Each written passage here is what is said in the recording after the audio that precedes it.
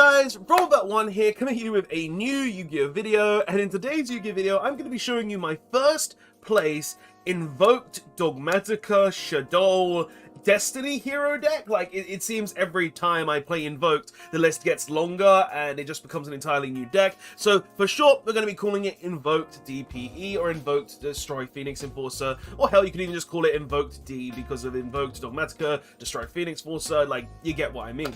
But I came first at this at locals, and I honestly cannot believe how good this deck actually is. Like, seeing as Invoked is always one of those decks that is just really consistent and everything along those lines, and with Dogmatika it made it even more consistent, but adding the Destroy Pheonix Enforcer package gives it another level of consistency. Like, honestly, taking this to locals, I expected to maybe go with X2, X1 at least, because it's just like, it's a good deck, don't get me wrong, but I didn't think I would be able to go XO and just dominate to the capacity that I did. So yeah, but going into rounds, round 1 was against Tri-Brigade, I smacked him. Round 2 was against a Sword Soul player, easy matchup as well. Then a Dino player came along. It wasn't the easiest matchup because of, honestly, dinosaurs are just really annoying, and they have Miscellaneous Saurus, and he kept opening all of his good cards, but hand traps, pawn, just interaction allowed me to win that match. Round 3 was against, well, 4 was against another Sword Soul player, and then round 5 was against Sword Soul again, and seeing as Sword Soul is getting so much representation and I'm just smacking it left, right, and center, I just couldn't believe how good this deck performed, guys. But today we're going to be showing you the Invoked Dogmatika, Invoked Shadows, Invoked Destroy Pheonix Enforcer deck that I have here for you today that came first at locals, and honestly, I really think this is how you should be playing Invoked right now. Like, honestly, with the amount of hand traps I run and the amount of consistency cards that I run, I just think this deck is absolutely insane, and putting the DPE package in that gives you just that extra level of consistency, that also gives you more discards from Mechaba, slash also giving you more draw potential, slash free summon potential. It really is just insane. So let's go ahead and get into the deck profile to show you guys what the deck is about, what is in the deck, and give you my thoughts and opinions on the deck. So yeah, let's go. So starting off, we obviously play the free Alistair the Invoker. I don't think I need to explain to you guys why we play free. Normal summon monkey, go search monkey cards and do monkey things. Like, that's literally what Alistair is. He's the biggest monkey in the deck, and you set him sometimes and you say monkey flip. So yeah, free Alistair, very common. Next, going on to the Dogmatika package, I am playing free Ecclesia.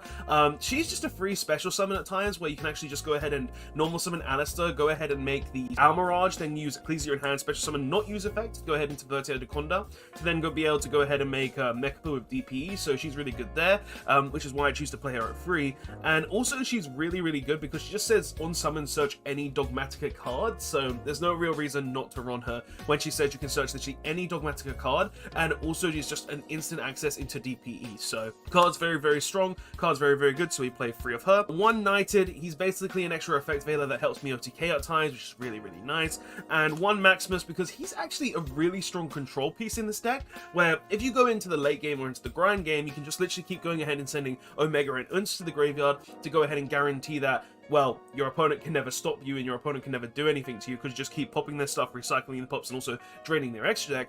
But this is also really good because it's a 1-card combo to get to Winder on your turn 1 with Nadia's Servant, where you go ahead and send App Cologne, grab this, discard the Schism that you just search off the App Cologne, and then you go ahead and make Maximus and send a Construct, and then whatever else you want from your extra deck that's a Dark to the graveyard, and then that's a 1-card Winder. So Maximus is really strong, it's good for the grind game, and it's also a really good turn 1 play to just get a 0-resource Winder, which is really nice. So yeah, and then we just play the pieces for the Destroy Pheonix Enforcer, the Celestial and the Dasher. These are obviously the best pieces that you could play for the Destroy Pheonix Enforcer outside of like heroes themselves, because Celestial says while it's engraved you can banish it while you have no cards in hand to draw 2 cards, and Dasher also says if you draw a monster card during your draw phase, you can go ahead and special summon that monster, which is really good. So cards are just very nice, and honestly, these are really the only real monsters we play, because the rest is like hand traps and stuff, because like you play the Alistairs obviously to go into your Invoked package, you play the Ecclesias to help you go into DPE, or just go into more Invoked Dogmatika plays to allow you to get like an, I don't know, an effect, Vader effect, or like a Maximus to go ahead and start grinding your opponent down, and then you just play these 2 because they're graveyard fodder for the DPE package. Like, there's literally no other real monsters in the deck. But going into hand traps though, which are the other monsters in the deck, but they're not real monsters in my opinion, is we play the free Ash Blossom. Obviously Ash Blossom is just a really strong hand trap, card says negate anything, so we play it in the game, but it is actually actually not the strongest hand trap in this deck, in my opinion. The strongest hand trap in this deck, in my opinion, is actually Effect Veiler. And obviously, along with that, it also goes with the Imperms. And the reason why I think these are actually the strongest hand traps in the deck is because these stop every deck in the format. If you're up against Tri-Brigade, you can negate their Banish from Grave effect to go ahead and summon from the extra deck. If you're up against Sword Soul, you can go ahead and use these to go ahead and just say, oh yeah, you normal summon your Mo Yi to go ahead and get a token effect Veiler, or you go ahead and summon your Synchro level 8, then you just go ahead and negate it. Like, these two cards are very, very strong, and I think these are the best hand traps in the deck, just because they're the most interactive, and they just stop so many things right now when we're in a format that is fully monster-based. So I'm running free Veiler, free Imperm, basically running 6 Imperm, and I really think this is the best hand trap. Next, we also play free Nibiru. I just wanted a really strong hand trap in the main deck, because looking at like the meta that is like Sword Soul, Lyrolosk, all of these decks that special summon so many times, I felt like Nibiru would be a really, really strong card, and in all honesty, it is. I Nibiru'd multiple players that were just playing Sword Soul. I Nibiru'd the Tri-Brigade player, I Nibiru the dinosaur player, and because of that, I won games. And Nibiru is just a really strong hand trap right now. I feel like because we're in a format that has a lot of special summon heavy decks, like literally you can Nibiru a Sword Soul player before they get into Baroness, and you can even Nibiru a dinosaur player most of the times, or even a Tri-Brigade player if you do it in the specific order. And if it's against the Lyrolosk player, then they're getting Nibiru and they're gonna lose. So like, I honestly feel like this is a really, really good hand trap, this format, and if you're not maining it up free, you don't have to, but I feel like it should at least be sided up free. I just choose to play it up free in Invoked because I feel like it's just a really, really good choice. Going on to spells though, obviously we're playing the free Magical Meltdown with the one terraforming. Monkey things do monkey things, like legit you just want to be able to get to Alistair as quickly as possible, and playing 4 copies of Magical Meltdown just guarantees that turn 1 you're going to be able to go Alistair going to Mechaba, and then use the rest of your resources to then just do whatever the hell you want with them. So yeah, just very good cards, like just preventing your opponent from negating your stuff. And also this is very good with stuff like Fusion Destiny, because it means if your opponent attempts to try anything on the summon of DPE, they can't. So if you summon DPE, you just use DPE effect on summon, and then you just go ahead and pop something and your opponent can't interact with that, which is really, really nice. So yeah, Magical Meltdown with DPE is very, very strong. We also play free of one of the best cards in the game, that is Servant. This card is absolutely insane. Just being able to be a card that says, oh, I can go ahead and send a card from my extra to the graveyard to go ahead and search any Dogmatika card and then get an effect of the card that I sent to the graveyard. Really, really strong. One of the best cards in the game, and it is literally just a 1-card Winder. So you want to be playing this card in the deck because of being able to make a board of like Mechaba, DPE, and Winder. There's no contest, you're going to win that match. So yeah, free Nidir Servant. We also obviously play the free Fusion Destiny, like this makes DPE. I don't really need to go too deep into why we play free Fusion Destiny. You want to play free of it to make it in your opening hand, have the most consistent chance of getting in your opening hand.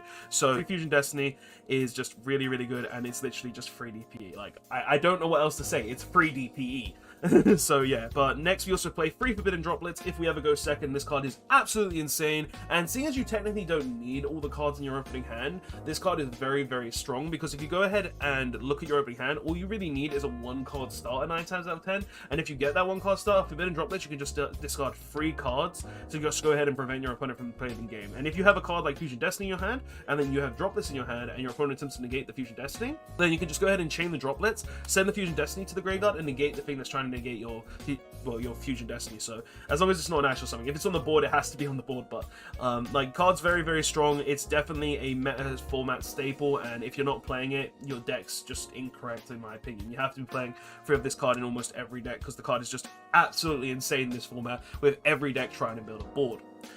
We also obviously play the 2 Invocation. Like, it's Invocation, you play it, I'm not going to go into details, it's just a fusion spell. And then 1 Harpy's Feather Duster, because Harpy's Feather Duster says wipe the back row.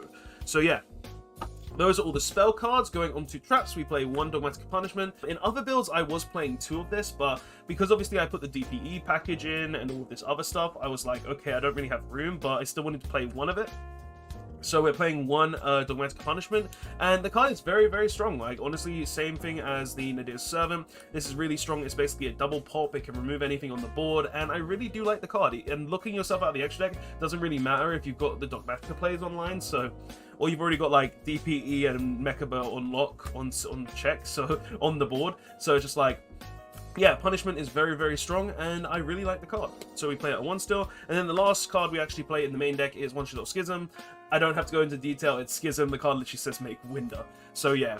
But going on to the extra deck, we play 1 Almirage and 1 Secure Gardener. Like, this is literally just climb up into Mechaba or Purgatorio, for instance. Like, you just go ahead and make the Almirage, then you go into the Secure Gardener from the Almirage, and then you have Mechaba, or you have Purgatorio, if you really, really want to make Purgatorio. Like, he's really good, but it's up to you. 1 Verti Anaconda, this is obviously to go ahead and make DPE, don't play him for any other reason, he's just there to make that.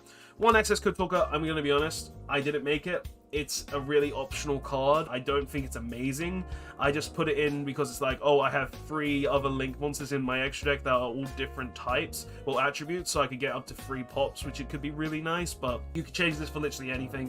You don't need to be running Access Code Talker. This is the one thing in the deck that I'm like, yeah, you can change. Like, there's nothing really else I would say you can really change, but this is the best card you can change. 1 Omega for just like infinitely recycling my extra deck. Like, the card is absolutely insane, and with Maximus the card just goes off so often. 1 Unce, I changed the list from 2 to 1 because I'm not running Prosperity, and honestly I think 1 is fine. Like, if you're not running Pop Prosperity, you don't need the extra banish. The card is good enough at 1, and honestly I don't really see myself needing the second a lot of the time, and the 1 is just enough. So 1 Unce, it's absolutely perfect in my personal opinion. 1 DPE, you're obviously going to be running this with running the free Fusion Destiny, which is literally free DPE. So yeah, we're playing 3 of this. Well, we're playing 3 of this in the main and 1 in the extra deck technically, because the free Fusion Destiny makes this.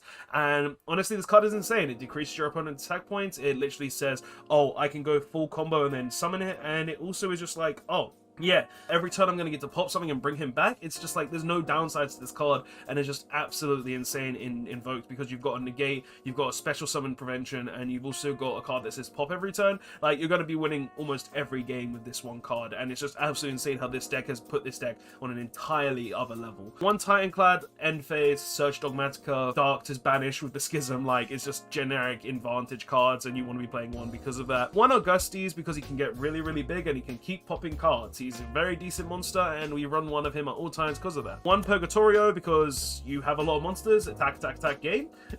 Pretty much just that. 2 Mechaba, because you will always make the second. You will always make the second, I can guarantee it. Almost every game I play, I always make the second Mechaba, so we play 2 Mechaba. It's not up for debate, you play 2. 1 Winder, because Winder is just really, really strong. It says your opponent cannot special summon more than once per turn, so card is good. Then you play 1 App Clone as the card that will search the Schism to go ahead and make the Winder, and then you play a Construct that is a potential make at times, but it's normally just going to be the thing that gets the Schism back from graveyard when you use the Maximus effect. So yeah, that's the extra deck. Like, honestly, extra deck, the only thing I could actually say change is maybe the Access Code Talker. Like, I don't think there's anything else in this entire extra deck I would personally change, but you could change this out for so many things. You could put a Boral Sword in here, you could put another Unce in here, you could put like a Nightmare Unicorn in here. Like, there is a plethora of things you can actually put in to this extra deck to change for the 1 Access Code Talker. It's just really up to personal preference. But because obviously this is a first place deck profile, let's show you guys the side deck that I played. So let's go into that. So starting off, we played 2 DD Crow. I really like DD Crow this format. Card is really, really nice, just being able to banish anything from graveyard, and it can have nice interactions thanks to US rulings that came to the UK, where if you discard something as cost, I DD Crow it, you can't get the monster's effect. So card's really, really nice. Also is very good against PK and a lot of decks like Invoked too, so if you're playing this card, it will just prevent them from playing the game, and also just get rid of their good cards at the same time. 3 Lancia, this card just says prevent banishing, and seeing as we're in a format where there's like PK and obviously Invoked and obviously all these other decks that just say banish, I wanted to play 3 Lancia, and it comes up quite a bit. Like, the card is really, really good. I dropped it against the Dinosaur player, and he just passed turn. 3 Drawn on Lockbird. This is pretty much for any deck out there, like, well, my one, for instance, or just any deck that says search a lot. It didn't really get sided in, because it's just like, I didn't really play anything like Drytron or anything big that this would be up against, but card's very, very good, and I would definitely recommend siding it at least 2 in your side decks if you're not playing it already. We also played the 3 Lightning Storm for more back row removal, 1 Imperial Order because the card is absolutely insane, and then 3 Evenly Matched for just back row decks in general that I just want to wipe their boards, or just big board building decks that just say, oh yeah, I evenly matched you, you now lose, sick, I win the game. But yeah, that is the entire deck profile, guys, and honestly, I really, really do like it. Like, Invoked DPE, Dogmatika, Shadows, whatever you want to call it, is really, really good, really, really strong, and I really do think this deck is the next level of Invoked, and is definitely the deck that I might be taking to a lot of regionals going forward from here. I could still take PK. I'm kind of like going up and down on my choices, thinking what one I would prefer to take more than the other, because like honestly both the decks are very, very strong. Like, Invoked can just go into like DPE Mechaba Winder, which is just an auto win or an FTK at times, but then PK is just a deck that makes a ton of monster negates and can play through a lot of different boards and also have a lot of playability for the following turn. But guys, I don't know what I'm going to be playing. I really do think this deck is a really strong deck though, so I hope you do guys try it and check it out, because it's definitely strong. I know it's boring, it's monkey flip, like Alistair is literally just, oh yes, I'm monkey, I search Invoked, I make Mechaba, like, yeah. But like, this deck is really, really strong, definitely a strong contender to be one of the top best decks of this format. So yeah, but guys, that's all I have to say for this video. I hope you did enjoy the deck profile, I hope you did like the deck in general, and I hope you can give me some ideas for this deck in your own. Like, if you've got something you might want to change or something you have your opinion on, tell me in the comment section below, because I'd love to hear it. But guys, that's all I have to say for this video. Thank you so much for watching, and I will see you guys in the next one. Robot1, signing out.